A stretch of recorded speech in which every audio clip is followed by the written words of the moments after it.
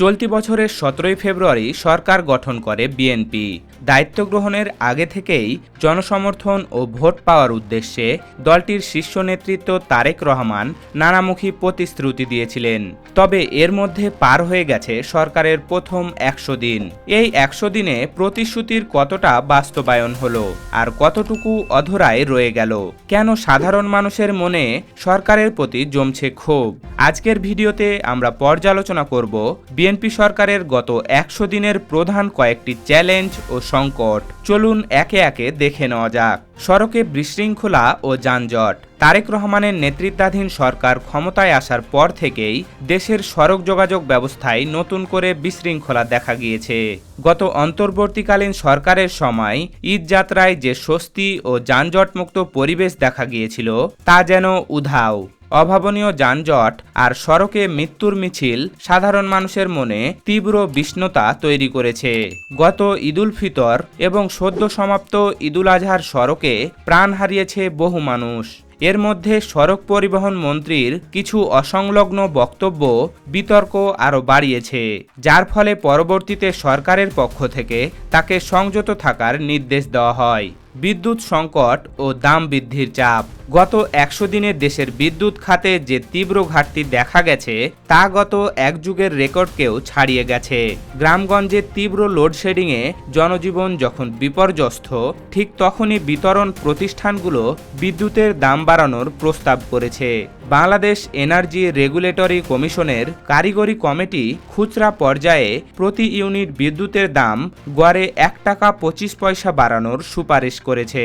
উদ্যোক্তাদের মতে জ্বালানি ও পরিবহনের খরচ বৃদ্ধির এই সময়ে বিদ্যুতের দাম বাড়লে ক্ষুদ্র ও মাঝারি শিল্প প্রতিষ্ঠানগুলো বন্ধ হয়ে যাবে, যা নতুন করে সরকার বিরোধী আন্দোলনের উস্কানি দিতে পারে। ভ্যাট বৃদ্ধি ও সাধারণ মানুষের ওপর চাপ। নির্বাচনের আগে ফ্যামিলি কার্ড সহ বিভিন্ন সামাজিক সুরক্ষার প্রতিশ্রুতি দেওয়া হলেও বর্তমানে নগদ অর্থের চরম সংকট দেখা দিয়েছে। এই ঘাটতি মেটাতে সরকার একের পর এক পণ্যের ওপর ভ্যাট বৃদ্ধি করছে। এমনকি ফ্রিল্যান্সারদের আয় এবং রেমিটেন্সের ওপর ৭.৫% পর্যন্ত কর আরোপ সিদ্ধান্ত নেওয়া হয়েছে, যা সরাসরি ব্যাংক থেকে কেটে নেওয়া হবে। মধ্যবিত্তদের ওপর করের এই অতিরিক্ত বোঝা সরকারকে তীব্র সমালোচনার মুখে দাঁড় করিয়েছে। জ্বালানি সংকট ও সিন্ডিকেটের দৌরত্ব। সরকার গঠনের পরপরই দেশের জ্বালানি খাতে কৃত্রিম সংকট তৈরি হয়। পেট্রোল পাম্পগুলোর সামনে যানবাহনের দীর্ঘ লাইন দেখা গেলেও পর্যাপ্ত মজুদ থাকার সত্ত্বেও সরকার পরিস্থিতি নিয়ন্ত্রণে ব্যর্থ হয়। অভিযোগ উঠেছে জ্বালানি খাত চলে গেছে সিন্ডিকেটের নিয়ন্ত্রণে। এরই মধ্যে জ্বালানি তেলের মূল্য বৃদ্ধি পাওয়ায় তার চেইন ইফেক্ট পড়েছে পুরো দেশের যাতায়াত ও নিত্যপণ্যের বাজারে। ব্যাংকিং খাতে সংস্কারের অভাব। আগের সরকারের আমল থেকেই ব্যাংকিং খাতের দুর্নীতি ও অর্থ পাচার নিয়ে নানা আলোচনা ছিল। আশা করা হয়েছিল নতুন সরকার এসে কঠোর ব্যবস্থা নেবে, কিন্তু ক্ষমতা গ্রহণের মাত্র ১২ দিনের মাথায় বাংলাদেশ ব্যাংকের গভর্নর আহসান এইচ মনসুরের পরিবর্তে একজন ব্যবসায়ীকে নিয়োগ দেওয়া, দুর্বল ব্যাংকগুলোর বিষয়ে চূড়ান্ত সিদ্ধান্ত নিতে না পারা এবং পাচারকৃত অর্থ ফিরিয়ে আনতে দৃশ্যমান কোনো রোডম্যাপ তৈরি করতে না পারায় গ্রাহকদের মাঝে এক ধরনের শঙ্কা ও হতাশ তৈরি হয়েছে। বৈদেশিক ঋণের পাহাড় ও অর্থনৈতিক চাপ। IMF এর সর্বশেষ আর্টিকেল 4 কনসালটেশন রিপোর্ট অনুযায়ী ২০২৪ অর্থ বছরে বাংলাদেশের মোট সরকারি ঋণের পরিমাণ দাঁড়িয়েছে $১৮৮.৭৯ বিলিয়ন, যা দেশের মোট জিডিপির ৪১%। IMF বাংলাদেশকে এখন মাঝারি ঝুঁকিপূর্ণ দেশের তালিকায় স্থান দিয়েছে। ঋণের পরিমাণ বৃদ্ধি এবং তা পরিশোধের চাপ সরকারের প্রথম বাজেট প্রণয়নের ক্ষেত্রে সবচেয়ে বড় চ্যালেঞ্জ হয়ে দাঁড়িয়েছে। ফুটপাত দখল ও দ্রব্যমূল্যের ঊর্ধ্বগতি।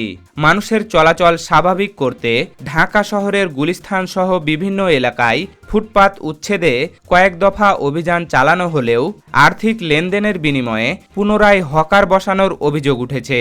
AI ক্যামেরা বসিয়ে দু একটি সড়কে ট্রাফিক শৃঙ্খলা আনার চেষ্টা করা হলেও সামগ্রিক যানজট কমেনি। আর সবচেয়ে বড় সংকটের নাম দ্রব্যমূল্য। নিত্য প্রয়োজনীয় পণ্যের লাগামহীন দামের কারণে সাধারণ মানুষের নাভিশ্বাস উঠছে। সুপ্রিয় দর্শক, একটি নতুন সরকারের জন্য 100 দিন হয়তো খুবই অল্প সময়, কিন্তু জন আকাঙ্ক্ষা পূরণে এই সময়ে সরকারের পদক্ষেপগুলো নিয়ে সাধারণ মানুষের মাঝে মিশ্র প্রতিক্রিয়া তৈরি হয়েছে। সব মিলিয়ে বিএনপি সরকারের এই প্রথম 100 দিনের কর্মকাণ্ডকে আপনি 10-এর মধ্যে কত নাম্বার দেবেন? আপনার মূল্যবান মতামত আমাদের কমেন্ট বক্সে লিখে জানান। ভিডিওটি ভালো লাগলে লাইক দিন এবং শেয়ার করুন।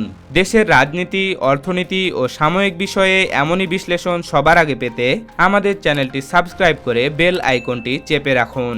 ধন্যবাদ।